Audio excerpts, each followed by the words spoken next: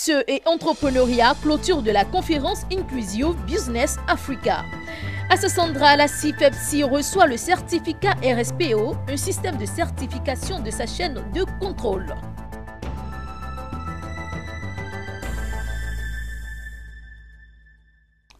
Bonsoir à tous, mesdames et messieurs. Merci si vous venez de nous rejoindre sur Business 24 Africa. Ouvert récemment à Abidjan, la conférence internationale Inclusive Business Africa a refermé ses portes vendredi dernier. Au terme de 2 jours de réflexion, les participants venus de 12 pays d'Afrique et d'ailleurs ont fait des propositions au pouvoir public et au secteur privé pour la pratique de la RSE et des modèles d'affaires inclusifs dans l'Afrique de l'Ouest. Le reportage de Corona Sekongo et Marius Seri. L'objectif de la cellule d'analyse de politique économique CAPEC en organisant la conférence Inclusive Business Africa était de créer un cadre de partage d'expériences et d'engagement des parties prenantes pour un nouveau modèle d'affaires en Afrique de l'Ouest. Quand on parle de nouveaux modèles d'affaires, aujourd'hui dans le monde, il y a des changements en cours dans le secteur privé parce que tout le monde croit véritablement que le secteur privé peut être le moteur de la réduction de la pauvreté, de la réduction des inégalités et des vulnérabilités des populations. Au terme de 2 jours de réflexion, les participants venus de divers horizons ont fait des propositions au pouvoir public et au secteur privé pour une pratique de la RSE et des modèles d'affaires inclusifs. Ces recommandations portent sur l'accès au financement en Afrique, la mise en place d'un cadre juridique et réglementaire ouest-africain répondant aux besoins des nouveaux modèles de RSE d'affaires inclusifs, les impacts sur les entreprises qui les pratiquent, la lutte contre le chômage et la pauvreté. Les panélistes provenant du secteur privé, du groupe des investisseurs, des institutions de financement, des gouvernements se sont penchés sur les potentialités de l'Afrique qui devraient être transformées en capacité d'affaires et les différentes politiques des États africains dans la lutte contre la pauvreté. Ils sont unanimes sur un fait. Pour qu'une économie soit inclusive, elle doit prendre en compte toutes les couches sociales.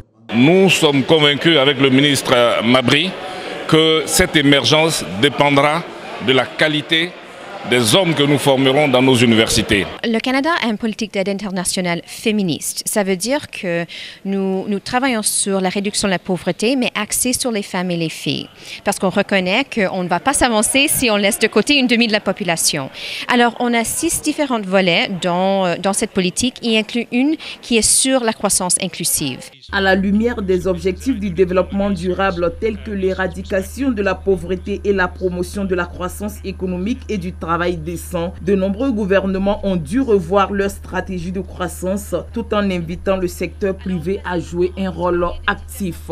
La CAPEC, à travers cette initiative qu'elle envisage pérenniser, veut jouer un rôle prépondérant pour des économies plus dynamiques et plus fortes des pays africains et surtout profitables à tous. Après la clôture de cette conférence internationale Inclusive Business Africa, écoutons la réaction des participants. Aujourd'hui, il faut aller vers de nouveaux paradigmes dans la recherche de solutions à la lutte contre la pauvreté, surtout en ce qui concerne des solutions qui incluent les jeunes et les femmes. Les conclusions, sinon les recommandations qui sont sorties de cette conférence internationale, je pense, devraient pouvoir faire l'objet d'un plaidoyer à l'endroit de nos autorités, de nos gouvernements. C'est une initiative qui est très salutaire. Salutaire en ce sens qu'il s'agit d'un concept qui, si il est vulgarisé, permet de faire de la croissance économique tout en intégrant la redistribution des revenus aux couches les plus pauvres.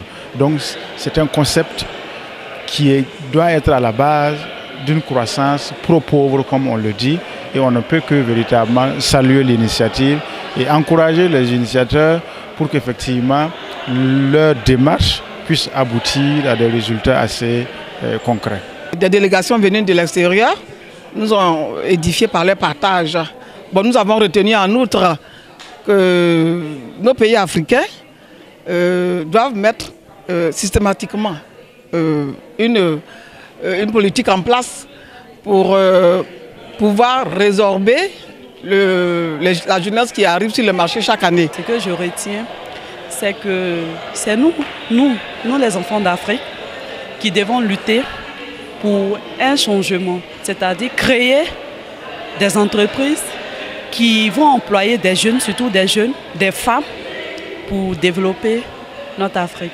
À Sassandra, la Société internationale de plantation et de finances, CIPEPSI, vient d'obtenir un système de certification de sa chaîne de contrôle dénommé RSPO, en vue de garantir la traçabilité et la durabilité de l'huile de palme jusqu'à sa consommation finale.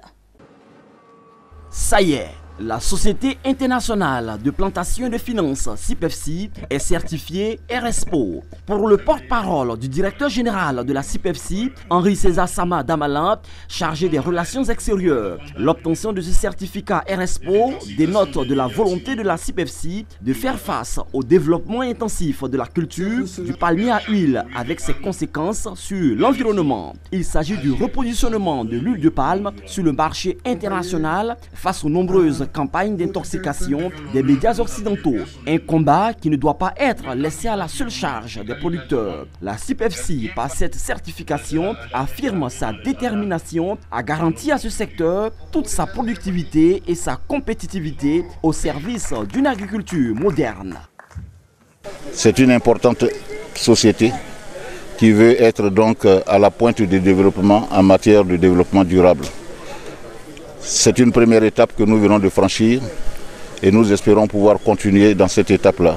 Les deux partenaires techniques et financiers ont rappelé les différentes étapes de l'obtention de ce certificat et salué l'engagement du DG de la CIPEPSI et de l'ensemble de ses collaborateurs qui ont permis d'avoir ce bon résultat, non sans avoir oublié les efforts financiers consentis. Pour eux, avec l'obtention de ce certificat, le plus dur commence pour la CIPEPSI. Le préfet de Guéyo, Famille Kwame René, et le représentant du ministre de l'Environnement ont salué les actions de la Société internationale de plantation et de finances, CIPEPSI, aussi bien dans la durabilité que dans les projets sociaux au bénéfice des communautés productrices d'huile de palme. C'était un reportage de Koné Mamadou dans un commentaire d'Hervé Blagnon. Rendons-nous à présent dans la sous-préfecture d'Adaou, dans le département d'Aboasso, où le week-end dernier, un comité de développement a été officiellement installé. Un comité qui ambitionne porter l'espoir du progrès cher aux populations d'Adaou. L'initiative est au SOS village d'Aboasso.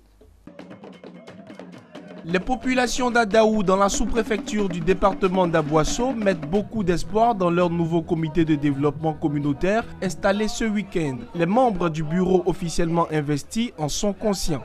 L'initiative est de l'ONG SOS Village d'enfants Aboasso. Grâce à cet outil de développement, elle espère mettre en œuvre la phase 2 de son programme qui consiste à la protection de l'enfant vulnérable par une action de renforcement de famille basée sur 3 axes. La protection de la famille sur le plan de la santé, l'éducation et la nutrition, le renforcement économique agissant sur les familles vulnérables par le financement de micro-projets et enfin la création de groupements de solidarité d'épargne et de crédit. L'objectif à terme est la protection de l'enfant. SOS Village d'enfants a décidé de mettre l'accent sur la prévention pour éviter que les enfants en difficulté perdent la prise en charge parentale. C'est ce qui sous-tend la création en 2007 du second programme dénommé Programme de renforcement de la famille qui comprend 3 axes. Un axe, protection de l'enfant, le cœur de notre métier. Après l'investiture du bureau du comité de développement communautaire d'Adaou, des dons ont été offerts au prince Assemienchi Ier et au directeur des programmes de SOS Village d'enfants d'Aboasso. Des artistes locaux ont apporté une note musicale à cette journée d'investiture. Reportage signé Hervé Atta dans un commentaire de Daniel Kodjo. Et puis cette information pour refermer ce journal. En Égypte, le ministre des Communications et des Télécommunications de l'Information, Amir Talat, a récemment échangé avec l'ambassadeur d'Inde en Égypte sur la promotion des investissements dans le domaine des TIC entre les deux pays. Voilà, c'est ici que s'achève ce journal. Merci pour votre fidélité. L'information continue sur Business N4 Africa.